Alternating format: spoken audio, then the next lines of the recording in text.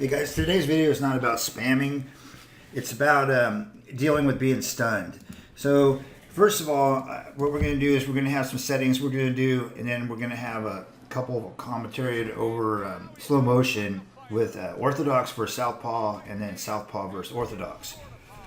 So the main thing is that you're going to basically throw a jab to the body and a hook to the body, and a jab to the body, hook to the body, jab to the body, hook to the body.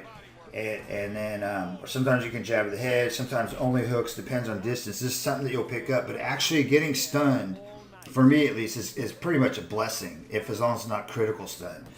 So you don't want to panic out, and no head punches, period, none. You know, like sometimes you can get away with even just spamming jabs to the body. You know, so if you, but what you want to do is you want to throw a jab right when he's charging in, because that will elicit him to throw his straight, and you're going to go under the straight to the body with your hand that's on the same side as his straight. So that could be a jab to the head and a left hook to the body if you're orthodox. And on the other ones, I'm going to actually commentate. But you need your settings. You want your camera high or wide.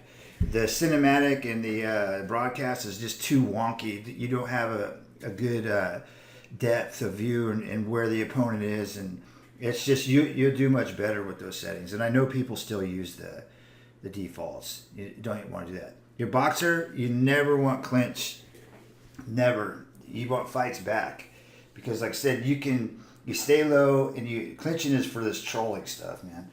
You know, you want to stay low. You're going to throw a jab to the body or a jab to the head, and then a hook on the same side that he's throwing his power hand. So if you're southpaw, your left hook will go to his right hand side to the body.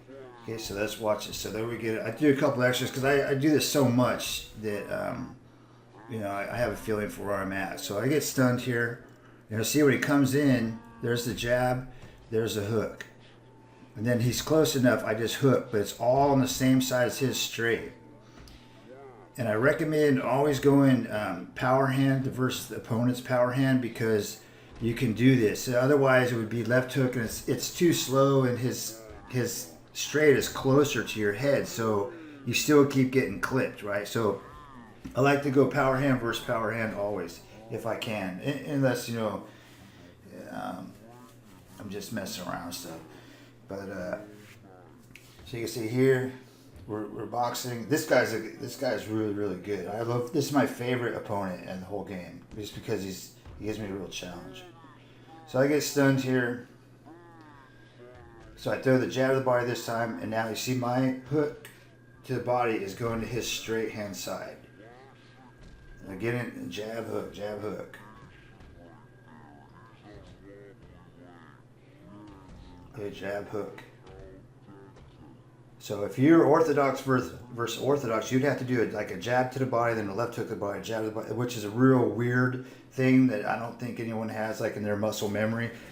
So also, what I need to go over, I don't do commentating too much. I just made a couple notes, but there's a couple other things that you need to do too. Is if you get critically stunned, okay, where you have the red bar, it's down to like nothing at all. That you don't fight back at all. Just go down. So usually when I get that critical stun, the first thing I do, I just hit the taunt button and get it over with. If you try, you just take more damage, right? You're going to lose around 10-8 anyway, so there's no need to take damage. Just get it over with, right? If you're the type of person, or I'm not going to say type of person, because some people deserve to be fouled in this game, most of them actually. But if fouling is part of the things that you do when, you know, either in the fight or like you get hit, you get stunned, you don't know what to do, you start kind of panic. And a lot of people do this. They start headbutting or low blowing. Just if you're going to use that technique, and I don't have a problem with that at all. What you want to do is you want to get your low blows in so you have a warning first, right? And usually when I used to have a kind of a self policy, if someone opened the fight up with the first punch of the power straight, they're getting fouls. And so I actually got pretty good at it when I first started playing this game, because it used to piss me off the straight. So you can get a lot of fouls in actually when their back is in the corner and you're you're working them over in the corner, right? You got to be like right up on each other in the corner, and if you can kind of see the ref behind you, you can get some free ones in usually like that. I think I've gotten up to like 3 free ones before I got a warning before, long time ago. I don't really foul anymore unless, I get fouled or someone's being a real jerk off. But if you're going to use a foul, which actually will save you damage, because you're going to lose that round anyway, 10-8, if you get knocked down. So if you do utilize the foul, make sure you get a warning early in the fight, right? So that way, when they come and they try to close in on you, you can foul them with a headbutt, and the referee will stop the action, and you won't go down. He'll stop the action, and then you'll get a point deducted, and you'll go to the opposite corner, and you guys will keep going. And that will give you recovery. And if someone's spamming you, I recommend actually doing that. So you get that foul in early, and try to do it when you have the ref behind you and you're on the ropes, or especially in a corner. You get a free one usually. Or you can do what I used to do. I don't do it anymore because I don't really, it's just, I don't, it's not my thing anymore. But what I used to do is when the guy had like a lot of momentum and he was teeing off on me, I would foul him. And that just stopped the whole flow. But I don't need to do that anymore because actually it's good for me for people to do that. But what else was I going to say here? Oh yeah, one more thing. So I do have if the power side to the power side doesn't make any sense right now, I do have another video that actually goes way deep into that, and it's called I believe it's called Fight Night Champion Spam, How to Counter It. I put it up. It's not the push straight spam counter. It's one that was posted a couple months, back in probably like January of 2019.